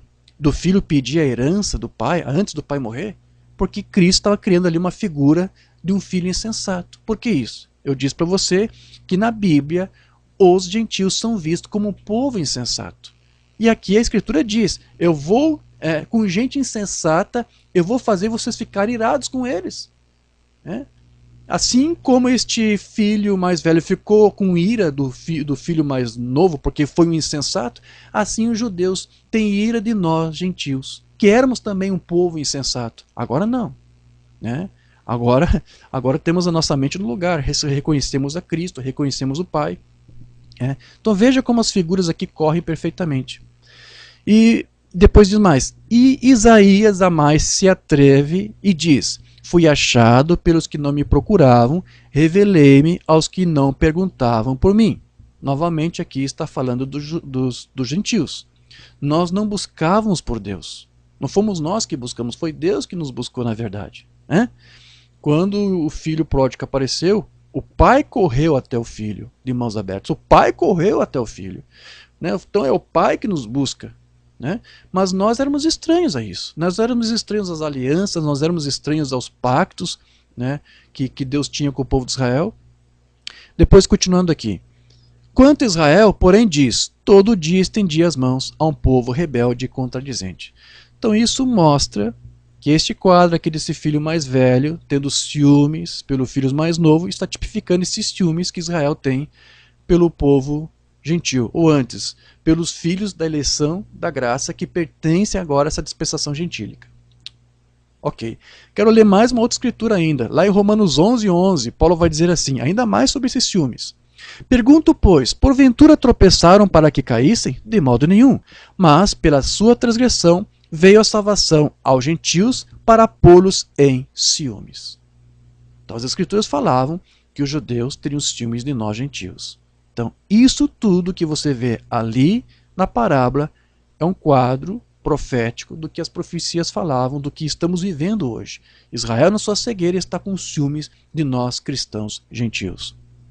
Ok, vamos voltar então para o ponto da parábola onde nós paramos. Continuando aqui. Saindo, porém, o pai procurava conciliá-lo.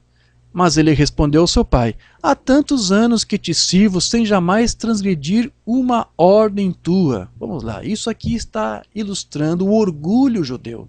Os judeus sempre se orgulharam de ser um povo que tinha aliança com Deus, com seu pai. Né? O judeu sempre se orgulhou de ser um povo que tinha leis, que tinha um pacto com o Sinai. Olha, nós guardamos os sábados, nós guardamos a circuncisão, nós guardamos o jejum, nós guardamos as festas, nós fazemos tudo que Deus nos ordenou. Então este irmão mais velho aqui, desculpe, este irmão mais velho aqui, o que ele está fazendo? Ele está aqui mostrando orgulho. Ele disse: olha, eu sempre fiz tudo o que o Senhor mandou fazer. Do que se trata tudo isso? O judeu sempre gostou de justificar o direito que ele tinha às suas bênçãos pelas coisas que ele fez. Ele disse: olha, eu sempre fiz tal coisa, então eu devo. Essa é a mentalidade do judeu. Não é uma mentalidade da graça. Nós não achamos que recebemos uma bênção porque merecemos. Nós não merecemos nada do que fazemos. De graça Deus nos deu. Mas os judeus sempre tinham que fazer por merecer. E aqui esse filho está dizendo: olha, eu sempre fiz isso, sempre fiz aquilo. Né? Então vamos ler aqui. Há tantos anos que te sirvo sem jamais transgredir a uma ordem tua. Em outras traduções diz assim: sempre guardei teus mandamentos. Porque ao povo Israel foram dados os mandamentos para eles guardarem. Né? Então este quadro aqui de um filho dizendo: eu sempre guardei a lei. Né? É um quadro, mais uma vez, mais um elemento para você entender que este filho aqui está tratando dos judeus. Né? Mas, vamos continuar aqui a leitura. Depois diz assim: e nunca me deste um cabrito sequer para alegar-me com os meus amigos. Vindo, porém, esse teu filho, que desperdiçou os teus bens com meretrizes. Ó, meretrizes. Deixa eu tomar uma água aqui. Só um pouquinho. Você sabe que na Bíblia meretrizes é tipo de quê? De igrejas. As mulheres tipificam igrejas. Meretrizes, prostitutas são as denominações. E a grande, né, prostituta é a igreja romana. É a mãe, né, das outras que são filhas. E você sabe que nas tradições religiosas lá dos caldeus, dos cananeus, havia também aquelas prostitutas dos templos sagrados, onde elas se prostituíam para reverenciar, para cultuar os ídolos. Então, a figura de uma prostituta sempre esteve relacionada também à idolatria. Então, isso aqui é mais um quadro que está sendo pintado aqui para ilustrar este filho mais jovem como gentios, porque nós estávamos assim. Né? Nós, quando éramos gentios, que não conhecíamos a aliança, que não tínhamos pacto com o Pai, antes de nos convertermos, nós éramos pagadores de promessas, nós nos curvávamos diante de imagens, de ídolos, não é isso? Éramos devotos de santos, praticávamos a idolatria. Nós éramos como esse filho pródigo. Né? Nós gastamos tudo com meretrizes, ou seja, nós gastamos todo o nosso tempo com as falsas igrejas, porque essas meretrizes são um tipo das falsas igrejas. Né? Esse filho que gastou tudo com as meretrizes é a figura de nós no passado, que gastamos tudo que tínhamos com as falsas religiões, com as falsas igrejas. Amém. Depois diz: tu mandaste matar para ele o novilho cevado. Então lhe respondeu o pai: meu filho, tu sempre estás comigo. Tudo que é meu é teu. O que significa isso? Deus nunca rejeitou Israel. Deus nunca abandonou o povo de Israel. Deus nunca rejeitou o povo judeu. Ele repreendeu, ele castigou este povo, realmente, pela sua desobediência, mas Deus nunca riscou Israel da sua herança. Deus nunca jamais anulou uma promessa única que ele fez para o povo de Israel. Então aquele Deus, nessa figura, está dizendo, olha, tudo que é meu é teu. Só que agora ele estaria aqui agregando mais alguns filhos junto aos judeus, né? Nós que somos gentios. Porque juntos, né, nós formamos agora o quê? Uma família só. Né? Você tem que se lembrar daquela palavra profética que foi dita acerca de Jafé, filho de Noé. Isso está lá em Gênesis 9, 27. Alargue Deus a Jafé e habite nas tendas de Sem. Segundo alguns, Jafé era o pai dos gentios e Sem era o pai dos semitas, de onde veio os hebreus, os judeus. Né? Os israelitas, eles são descendentes do bisneto de Sem, Eber, que daí veio o termo hebreu. Então vamos lá, literalmente, então nós somos irmãos dos judeus, porque se somos da descendência de Jafé, e Jafé é irmão de Sem, então nós somos irmãos dos judeus. John Wesley interpretava a escritura como que dizendo que ambos, futuramente, judeus e gentios, ambos iriam habitar na mesma tenda, ou seja, eles iam compartilhar do mesmo evangelho, dos mesmos benefícios do evangelho. Então, essa figura de Jafé habitando nas tendas de Sem é uma figura desse filho mais pródigo, agora sendo trazido de volta para a mesma tenda e para usufruir dos mesmos benefícios. Né? O mesmo Deus que Israel servia, agora nós gentios também servimos. Né? Temos um pacto até superior ao deles, que é um pacto de graça, baseado em melhores e superiores promessas. É disso que está tratando aqui. Ok? Vamos continuar aqui com a parábola. Então, tudo que é meu é teu. Entretanto, era preciso que nos regozijássemos e nos alegrássemos, porque esse irmão estava morto e reviveu, estava perdido e foi achado. Graças a Deus. Então isso aqui é uma figura, essa parábola do filho pródigo está tratando aqui dessa rivalidade que haveria entre os judeus e os cristãos gentios, a igreja gentílica. E a razão disso é porque eles seriam cegados, e é por causa dessa cegueira que até hoje os judeus como nação ainda não conseguem receber o evangelho. Né? Esse irmão não quis entrar na festa. Né? E até hoje não querem cantar conosco, não querem dançar conosco. Não é isso? Porque esse é o período de cegueira que eles têm que viver. Esse é o período de ciúmes que eles têm que ter por nós gentios. Agora, eu quero ler rapidamente aqui, antes de nós encerrarmos essa parte desse estudo, uma palavra do apóstolo Paulo que ele escreveu lá na carta aos Efésios. Porque eu tenho dito que aqui em Efésios você tem uma chave para compreender o que foi dito aqui nessa parábola do filho pródigo. Paulo conseguiu, em poucas palavras, resumir essa parábola do filho pródigo aqui. Você quer ver? Efésios 2, verso 11 em diante, até o versículo 20. Portanto, lembrai-vos de que outrora, vós gentios na carne, chamados incircuncisos por aqueles que se intitulam circuncisos na carne, por mãos humanas, naquele tempo, estáveis sem Cristo, separados da comunidade de Israel, né? Que é o nosso irmão mais velho, e estranhos às alianças da promessa, não tendo esperança e sem Deus no mundo. Sim, Satanás até nos fez comer as alfarrobas dos porcos, não é isso? Porque estávamos afastados. Mas agora, em Cristo Jesus, vós que antes estáveis longe, não foi assim? O filho pródigo não estava longe? Mas agora, em Cristo Jesus, vós que antes estáveis longe, fostes aproximados pelo sangue de Cristo, pelo sacrifício. Porque ele é a nossa paz, o qual de ambos, os dois irmãos, fez um. Agora somos uma só família. E tendo derribado a parede de separação que estava no meio, a inimizade, aboliu na sua carne a lei dos mandamentos na forma de ordenanças. Aquele pai não impôs mandamentos, não impôs ordenanças para aquele filho, assim como Deus não impôs mais para nós, e nem para os judeus. Os judeus não precisariam mais guardar sábados, festas, não precisariam. E há alguns que não guardam. Realmente entenderam que a salvação é de graça. Por isso que o filho pródigo tipifica tanto os gentios como os judeus que receberam a salvação pela graça. né? Inimizade, aboliu na sua carne a lei dos mandamentos na forma de ordenanças, para que dos dois criasse um, em si mesmo, um novo homem, fazendo a paz, e reconciliasse ambos, o filho mais velho com o filho pródigo, em um só corpo com Deus por intermédio da cruz, destruindo por ela a inimizade. E vindo, evangelizou paz a vós outros que estáveis longe. Né? Lembre-se mais uma vez daquela figura do filho pródigo que estava longe, em outro país. E paz também aos que estavam perto. Quem é esse que está perto? Israel. Lembra do pai? O que ele disse para o filho mais velho? Tu sempre está comigo, né? Você está próximo a mim. Está falando ali de Israel, dos judeus. Né? Porque por ele ambos temos acesso ao Pai em um Espírito, assim já não sois estrangeiros e peregrinos, mas concidadãos dos santos e sois da família de Deus. Estamos habitando nas tendas de Sem, edificados sobre o fundamento dos apóstolos e profetas, sendo ele mesmo, Jesus Cristo, a pedra angular. Então veja que isto que Paulo aqui está falando ilustra aquele quadro que nós vimos agora há pouco da parábola do filho pródigo.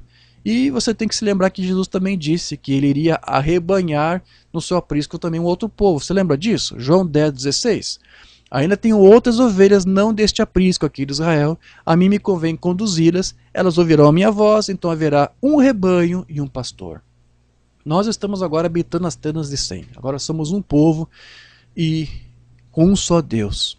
Amém. Antes de encerrar esse estudo, meu querido, só quero ilustrar aqui mais uma parábola que Jesus contou. Você entendeu, eu creio, essa altura, o que significa esta parábola do filho pródigo. Eu disse para você que uma parábola, uma escritura pode ter mais de uma interpretação. Uma Umbanda disse isso, você pode adequar. Né? Não há nenhum problema de você usar essa parábola para fazer evangelismo. Mas eu quero crer que o foco principal de Jesus, quando ele contou essa parábola, é para isso aqui que nós acabamos de externar para você. Então, Jesus ele previu tudo isso. Ele previu que os judeus teriam ciúmes, assim como também previu que Israel não iria aceitar o evangelho quando ele estava ali pregando para eles. Jesus estava ali evangelizando, ele assentou ali seus apóstolos, né? Mas ele sabia que Israel estava rejeitando e continuaria empedernido a tudo aquilo. E Jesus contou uma parábola para ilustrar o que estava acontecendo e o que iria acontecer depois que ele partisse. Ele contou uma parábola, né? Para ilustrar isso. Né? Então, você deve conhecer aquela parábola chamada da figueira estéril. Aquela figueira estéril, ela se referia ao povo de Israel como nação. Jesus esteve ali evangelizando, instituindo, declarando o reino dos céus está próximo, mas Israel não estava se convertendo, não estavam produzindo frutos de arrependimento. Então, houve alguns eleitos que receberam, além dos apóstolos, outros receberam, que são a figura da igreja, os filhos do reino, como Umbanda disse. Umbanda disse que a igreja foi instituída no dia que o Pentecostes caiu ali. Não foi? Umbanda fala nas suas mensagens. Ali começou a verdadeira igreja. Né? Então começou com quem? Com os judeus que estavam ali. Então houve um povo que realmente creu. Mas a nação como Israel em si não creu. E nessa parábola da figueira, Jesus estava representando toda a nação de Israel, suas autoridades, com aquela figueira. Ela não estava produzindo frutos. Israel, como nação, recusou o evangelho de Cristo, não aceitou, e Jesus sabia o que ia acontecer. Ele contou uma parábola para ilustrar exatamente o que aconteceria depois com Israel, por conta dessa sua dura cerviz, de se manter duro e de rejeitar a Cristo e o evangelho. Vamos ler essa parábola? Eu leio isto aqui e comentamos e encerramos essa parte. Lucas 13, versos 6 a 9. Então aqui diz assim: Então Jesus proferiu a seguinte parábola. Certo homem tinha uma figueira plantada. Uma figueira. Quem é essa figueira? É a nação de Israel. Amém? Então, um homem tinha uma figueira plantada na sua vinha. Quem é essa vinha? São os filhos do reino segundo a eleição da graça. Que não precisam viver debaixo da lei. São a eleição da graça. É a igreja. Tá? Os estudiosos dizem que não era muito normal uma figueira ser plantada junto com uma vinha. Mas aqui nessa parábola existe. Por que isso? Porque aqui é a nação de Israel e este povo, né, que Deus está formando, que é a sua igreja, que é a vinha. Então, estão plantadas juntas. Ok. Aí depois diz assim: E vindo procurar fruto nela, na figueira, que é Israel, não achou. Ou seja, Israel não estava produzindo frutos de arrependimento. Não estavam se convertendo com a mensagem que Cristo ali estava pregando para eles, né? Pelo que disse ao viticultor. Quem é esse viticultor aqui? Jesus Cristo. O dono, o proprietário aqui é Deus, o Pai de Jesus Cristo. Então aqui Cristo está criando uma situação onde o filho conversa com Deus, o seu Pai, né? Disse o viticultor. Não, vamos lá, é o inverso. Disse ao viticultor. Então aqui é o proprietário conversando com quem estava cultivando. O viticultor é quem estava cultivando. Cristo estava ali cultivando, né? E Deus, o Pai, é o proprietário. Então aqui o proprietário vai dizer para aquele que estava cuidando dali, né? Há 3 anos venho procurar fruto nessa figueira e não acho. E era o que estava acontecendo ali. O proprietário, Deus, estava ali já há 3 anos encarnado no viticultor, no seu Cristo, no seu Filho, pregando o Evangelho, porque o Filho disse, não sou eu que faço as obras, é meu Pai que habita em mim que faz, o proprietário dessa vinha, dessa figueira. Então o Pai já estava ali, Deus estava ali, por 3 anos, que foi o tempo que durou o ministério de Jesus, ou 3 anos e meio, o Pai esteve ali pregando, e não havia conversão de Israel. Há 3 anos venho procurar fruto nesta figueira, e não acho. Podes cortá-la. Para que está ela ainda ocupando inutilmente a terra? Né? O viticultor, que é Cristo, está aqui também como juiz, ou estava ali naqueles dias como juiz. Então ele diz, você tem autoridade para cortar, mas agora o viticultor vai atuar como intermediário, como um mediador, porque é isso que Cristo é um sacerdote também, não é isso? Ele, porém, respondeu, Senhor, é o viticultor conversando agora com o proprietário, é o filho conversando com Deus. É essa figura que Cristo está criando com essa parábola. Deixa ainda este ano, até que eu escave ao redor dela e lhe ponha estrume. Ou seja, eu vou pôr nutrientes, eu vou adubar, eu vou cuidar, eu vou dar um cuidado especial, eu vou alimentar ela. Se vier a dar fruto, então está bem. Se não, mandarás cortá-la. E o que foi que aconteceu, queridos? A figueira foi cortada. Foi cortada. O viticultor fez o que o proprietário permitiu, né? Ele enviou os nutrientes, ele enviou o adubo. O que era isso? Esses nutrientes é o tipo do Pentecostes.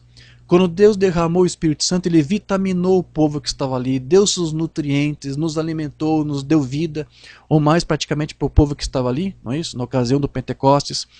E a vinha se beneficiou muito, porque não era só apenas para a figueira, era para todos. A vinha se beneficiou daqueles nutrientes. Mas Israel como nação se beneficiou? Não. Israel, mesmo com aqueles nutrientes, mesmo com o Espírito Santo sendo derramado ali em línguas de fogo, Israel como nação não se converteu, muito pelo contrário, até perseguiu a vinha. Você sabe que Estevão foi apedrejado até a morte. Herodes mandou matar Tiago ao fio da espada. Os sacerdotes, os líderes religiosos prenderam os apóstolos, e lá em Atos diz que todos se alegraram, até com a morte de Tiago se alegraram, os judeus se alegraram. Ou seja, não houve uma conversão de Israel. A figueira continuou sem dar frutos. E qual foi o resultado? Você já sabe. Os livros de história, Joséfo te conta o que aconteceu. A figueira foi podada, foi cortada. No ano 66, Tito, o imperador romano Tito, cercou Jerusalém por 4 anos, e no ano 70 eles conseguiram penetrar na cidade e destruíram, o templo foi queimado, né? Alguém jogou um fogo, alguém incendiou o templo, até por parte dos próprios soldados romanos, e os próprios soldados romanos tentaram apagar o incêndio, não por respeito à cultura, à religião judaica, não, é porque havia ouro naquele templo, e os romanos queriam preservar para ver se recuperava, mas não, tudo se perdeu. Isso foi no dia 10 de agosto de 70, segundo os registros de Joséfo. E ali, meus queridos, Jerusalém foi tomada, os romanos pisaram mais uma vez aquela terra, e ali, desde então, os judeus sofreram uma das maiores diásporas da sua história, por mais de 1800 anos. Né? Então essa parábola da figueira se cumpriu. Né? A história mostra para você que tudo isso aconteceu. Né? Porque os judeus se manteram empedernidos e ficaram cegados, e estão cegados até hoje. Amém? Eu vou cortar esse ensino aqui nessa parte, para não ficar longo demais, e no próximo vídeo nós vamos tentar prosseguir e concluir esse estudo que estamos ministrando. Eu espero que isso possa estar ajudando a você, e que isso venha esclarecer até você entender o que a Bíblia fala e o que William Branham fala sobre esse tema de Israel. Amém, meus queridos? Deus vos abençoe no nome de Jesus Cristo. Amém.